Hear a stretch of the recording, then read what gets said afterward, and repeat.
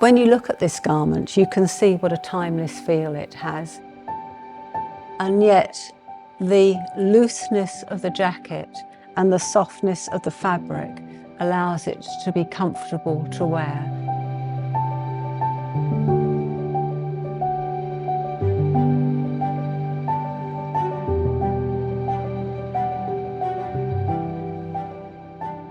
This trouser suit was designed by Gabrielle Chanel, and it was part of the 1937-1938 collection.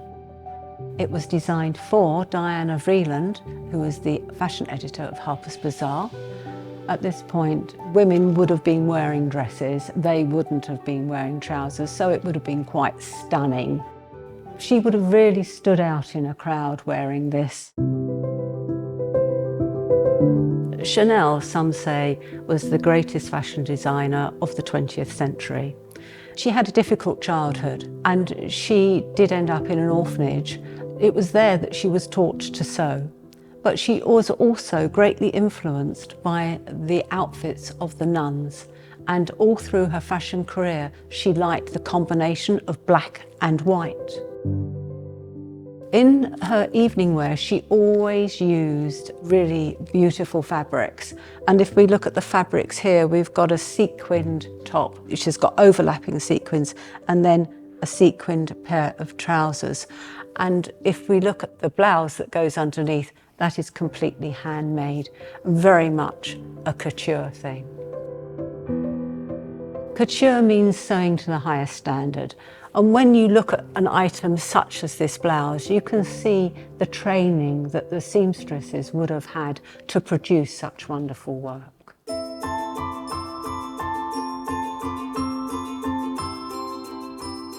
Chanel used to go on holiday to Deauville, and it was there that she saw people wearing more sporty clothing and the sailors wearing their sailor suits. And she took the influence of the sailors' trousers to start making trousers for fashion. Women had worn trousers before this, but it was usually for workwear, not as a fashion item. And so Chanel designed what was then known as beach pajamas or yachting pants. And you can still see this same influence in these trousers today.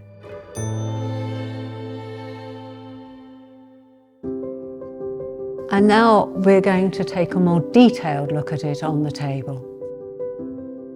Even though this garment might look quite simple, actually in the sewing of it, to get it to look that simple, it's sewn using many hand stitches.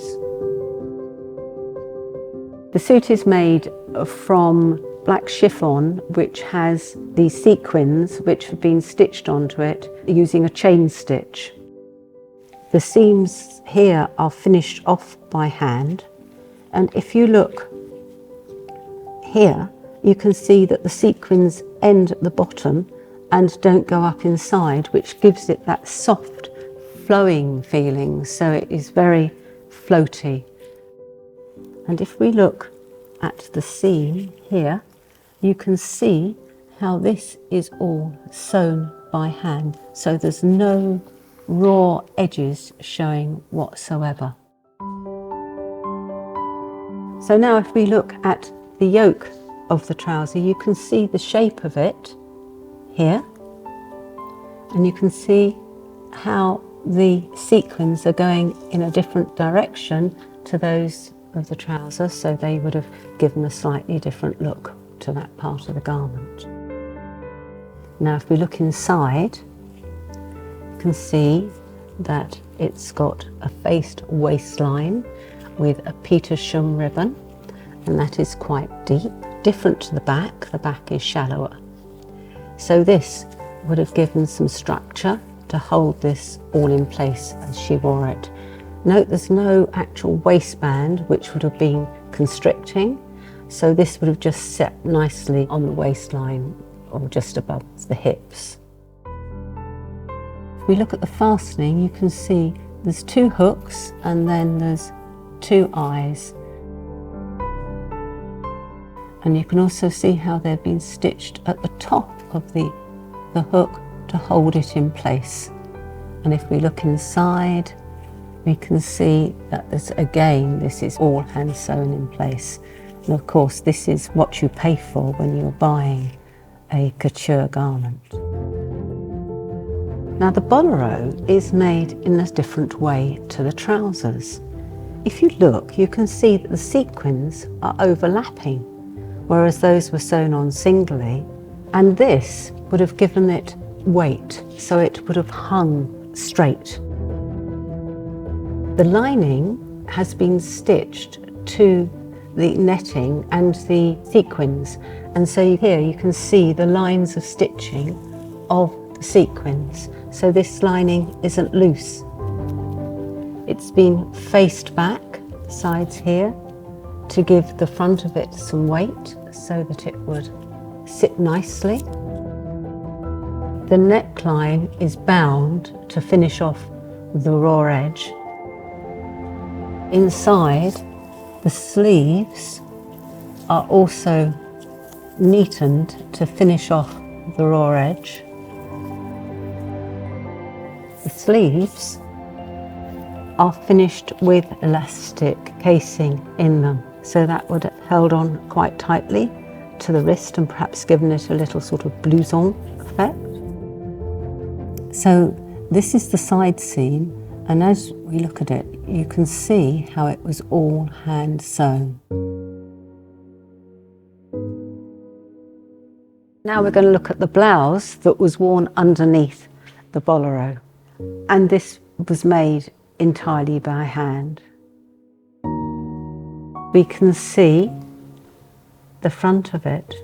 There's lines of tucks coming down, and when you look at them, you can see how tiny they are, but each one of these rows would have been stitched by hand. The lace also has been sewn in by hand. There are 2 tucks here, which would have given it shape at the waist, and then we go round to the side seams.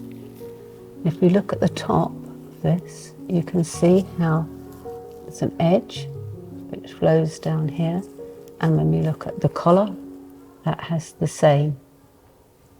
And then you can see there's these buttonholes, and very chunky. You would have thought there would have been a smaller button, but Chanel did like her pearl jewellery, and I think these buttons are a reflection of that.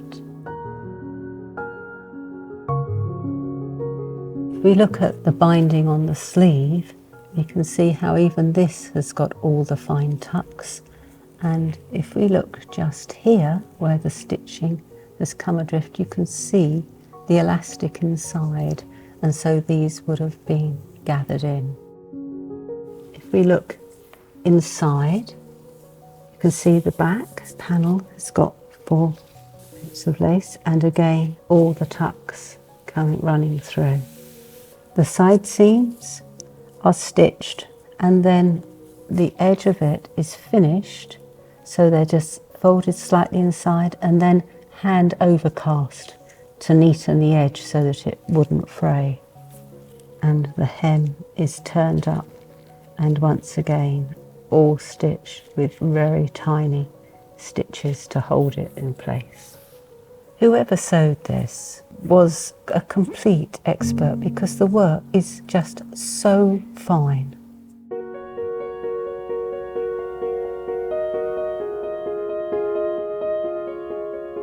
If we look at the collar is separate from the lapel, and so it can either be worn that way with the collar over the top, or it can be worn that way with the lapel over the top.